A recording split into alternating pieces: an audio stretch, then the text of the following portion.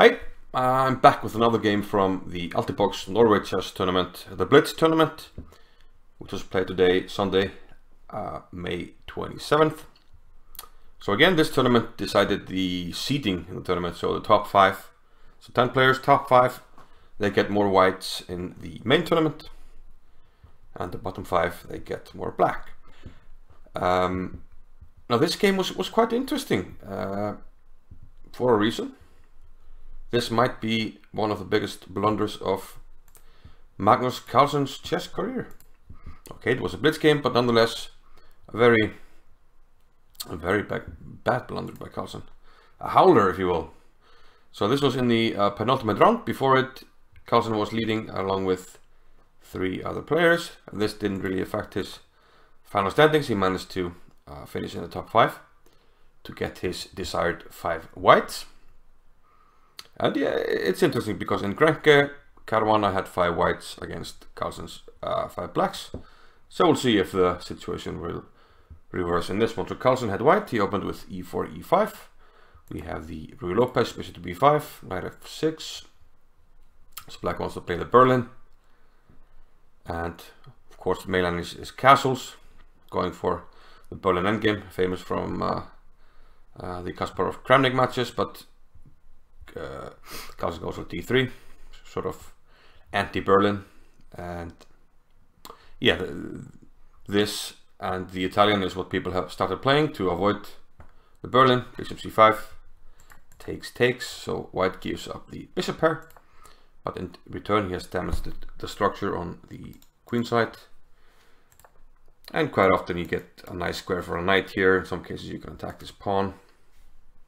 Knight d2, bishop to g4, h3, bishop h5, a3. And Carlsen goes for a plan of expansion on the queen side with b4.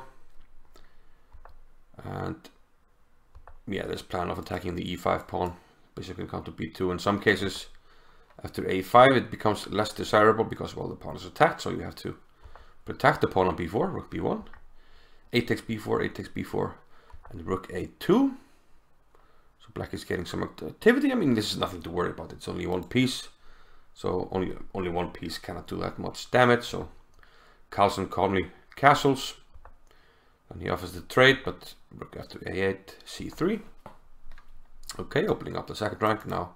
There is a threat. Rook a1, rook to c2, and we have a quiet positional battle here. Not much going on.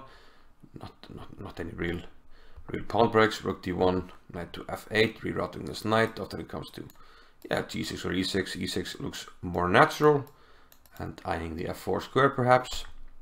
Carlsen decides to take on b6. He has eliminated the bishop pair, so both sides now have their own bishop on different color complexes. Bishop to e3, knight to e6, and now Carlsen takes on a1.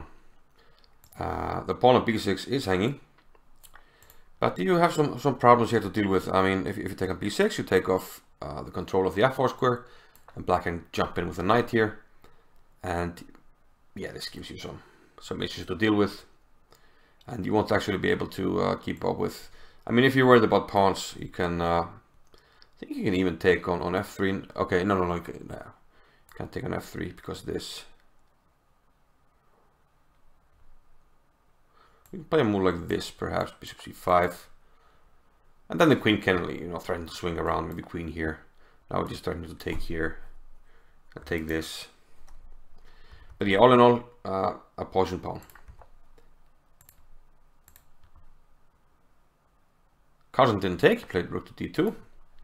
I guess he's preparing to take, and then challenge the rook again with the other rook, rook d1. That's what he did. Queen to b2. And only on one open file, so not much to play for here really. G takes f3, rook to a4. And here Carlsen kind of goes for it with d4. Okay, he's giving up the b4 pawn, but on the other hand he's pinning his hopes on perhaps obtaining a passed pawn on d file.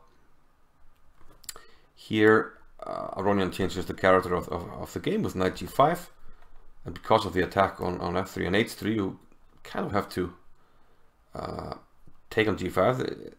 I mean, king c2 might be an option,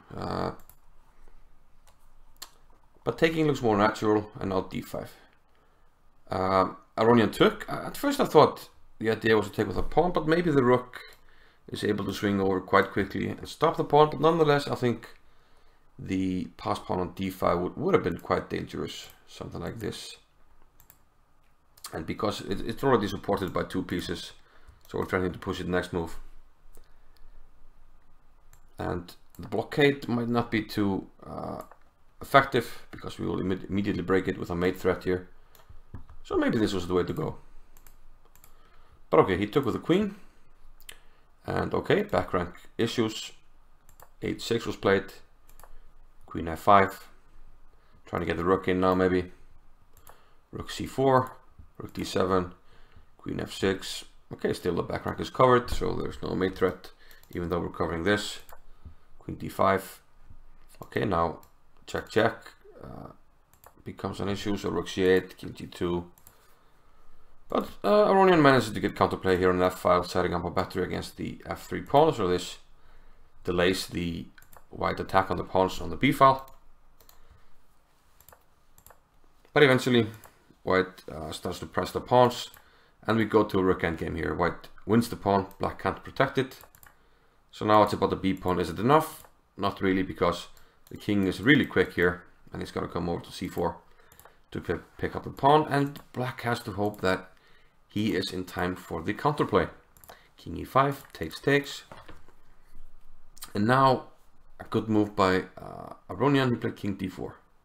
You can't go for you can't go in here, because king c5, still there might be drawing chances, but you have to be careful about this pawn, because now the king is coming and this pawn will run, so you have to be careful. And Aronian first blocks off the king with king d4. Carlsen decides to go this way to get back in the defense, and now h5, and now Aronian is going to undermine the f3 pawn, and with that he will get this pawn, and this should be a draw. King c2. Aronian played g4, and here an absolutely inexplicable moment. Now f takes g4 is a draw, and we will have a trade. The e4 pawn will drop, and exchanges will ensue. We can have a quick look. Takes. Let me take on e4. The white king's in time. I mean, basically everything draws here. King f3, we can just protect the pawn, and this is just a draw.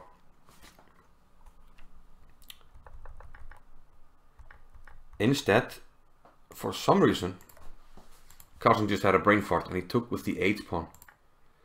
And I was watching this live, and it was quite funny, because he took on g4, and you don't expect a blunder from the world champion. So the first thing Aronian did was he took his pawn on h5, and he moved it like he was going to capture the pawn on g4, and he was like in mid-air. He didn't touch anything.